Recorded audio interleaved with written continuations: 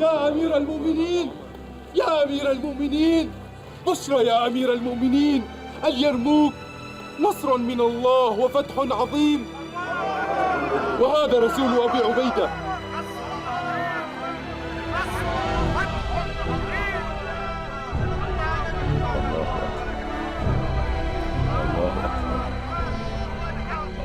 रियासत किसी भी मुल्क में एक माँ का दर्जा रखती है और माँ का काम ये नहीं है कि वो अपनी औलाद को, अपने बच्चों को, अवामुन्नास को इस तरह ट्रीट करे गोया कि वो कोई दुश्मन एजेंट है।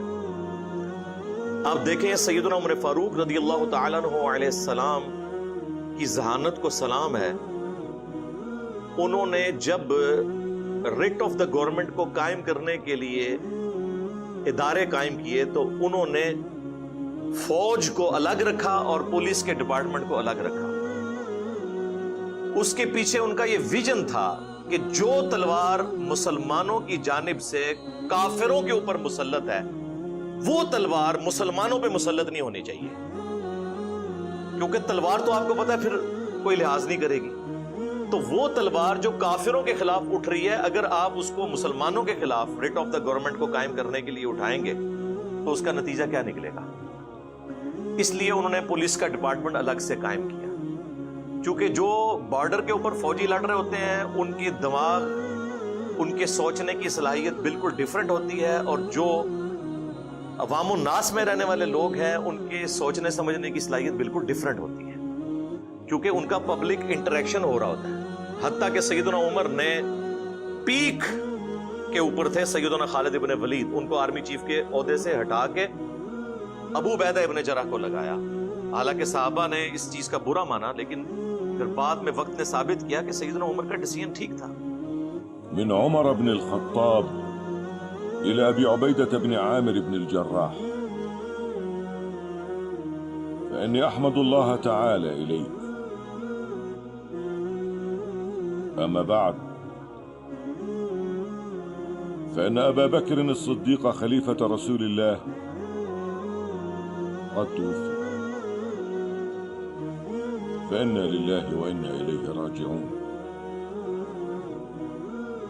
وقد شاء الله أن أتولى أمر المسلمين من بعده، وقد وليتك جماعة المسلمين في الشام، فانظر في حرب الروم برأيك ومن حضرك من المسلمين.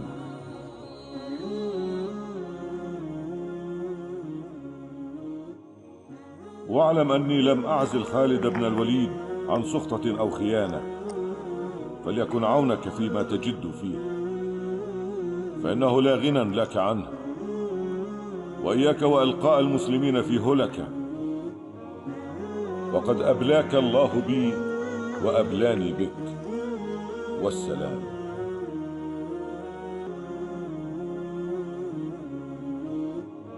उसमें उन्होंने सबसे पहले तो कहा कि मैंने तुम्हारी बुत परस्ती तोड़ी है कि तुम लोग ये चेमा गोइयां कर रहे हो कि कल को खालिद जब मर जाएगा तो मुसलमानों की फौजों का क्या बनेगा। तो मैं ये तुम्हें बताना चाहता हूं कि ये फुतुहात खालिद इब्न वलीद की वजह से नहीं हो रही हैं, रब्बे खालिद की वजह से हो रही हैं। अमा वक़द नसर अल्लाहु अस्हाब अल-यरमूक وكسر شوكة الروم وسار أصحابنا إلى دمشق، فأعينوهم بشكر الله على ما أعطى كي يزيدهم الله ويزيدنا من فضله. الحمد والشكر لله. ويقول بعضكم: ما بال أمير المؤمنين قد عزل خالدا عن إمارة جند الشام، وقد كان من بلائه ما نعلم. فاعلموا رحمكم الله أني ما عزلته عن سخطة أو خيانة، ولكني نظرت في أمور ثلاثة. أما أولها فأني ما زلت أسمع الناس يقولون: لا أحد يقوم مقام خالد ولا يغني غناءه، ولولا خالد لما كان كذا وكذا، فخشيت أن يفتن الناس به، وأردت أن يعلموا أن الله هو الصانع. فماذا لو قضى خالد نحبه؟ هل تنكسر شوكة الإسلام بموته؟ وهل ينقضي وعد الله بانقضاء أجله؟ وقد مات قبله خير الناس. محمد رسول الله، فمضى أمر الدين على ما وعد الله.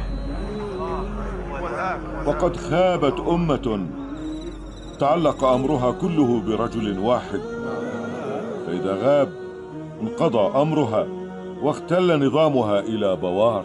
और आप देख लें फाइनल मैच रोमन एम्पायर के खिलाफ यरमूक अबू उबैदा इब्न जरह को लगा, और दूसरा उन्होंने कहा कि मैं तुम्हें ये बताना चाहता हूं कि ये खालिद जो है ये काफिरों के साथ लड़ने में तो महारत रखता है, लेकिन कल को जब ये इस्लामिक स्टेट के अंडर आ जाएगी रोमन एम्पायर, तो वहां पर कोई ऐसा शख्स चाहिए जो ह्यूमन मैनेजमेंट को जानता हो, वो वहां पर गवर्नर होना चाहिए, जिसकी सोहबत अल्लाह के महबूब सल्लल्लाहु अलैहि वसल्लम के साथ ज्यादा रही हो। अबू उबैदा से बढ़ के कौन हो सकता है? बुखारी और मुस्लिम में हदीस है, हर उम्मत का कोई ना कोई अमीन है, और मेरी उम्मत का अमीन अबू उबैदा इब्न जर्राह है। तो ह्यूमन मैनेजमेंट एक डिफरेंट चीज है, रियासत का काम होता है ह्यूमन मैनेजमेंट। وأما الأمر الثاني فإن خالدا يرى رأيا في عمل الأمراء والولاة يخالف رأيي، وهو يقيم على رأيه ذاك عازما عليه. يرى أن يستقل الوالي بعمله فيمضي الأمور في ناحيته على الوجه الذي يراه، فلا يرجع به إلى الخليفة. أما أنا فأرى أن الخليفة مسؤول عن عمله وعمل ولاته وأمرائه عند الله. أما الأمر الثالث فإن عمل الأمراء والولاة لا يقتصر على خطة الحرب وتدبير الجيوش وإنشاب القتال، ولو كفينا الحرب لاكتفينا، فإنما نحن هداة ودعاة، وإنما عمل الوالي والأمير سياسة الناس وإقامة العدل وحفظ الحقوق وتدبير معاش الرعية. وتوشك أن تدخل الشام في دولة الإسلام فيغلب أمر السياسة على أمر الحرب في عمل الوالي والأمير. وأبو عبيدة له فضل السبق والقدم في الصحبة، وهو الزاهد العابد المكيث الرؤوف بالناس. فإذا دخل خالد في أمره وجعل فطنته في الحرب تبعا لسياسته ضمنا أن يعتدل هذا بذاك، وأمنا ألا يجور السيف على شأن الرعاية والسياسة والتدبير، وهو الأصل في الولاية. وقد بسطت لكم رأيي كي لا يكثر المقال ويتحدث الناس بسوء الظن، وهو مبلغ ما هديت إليه.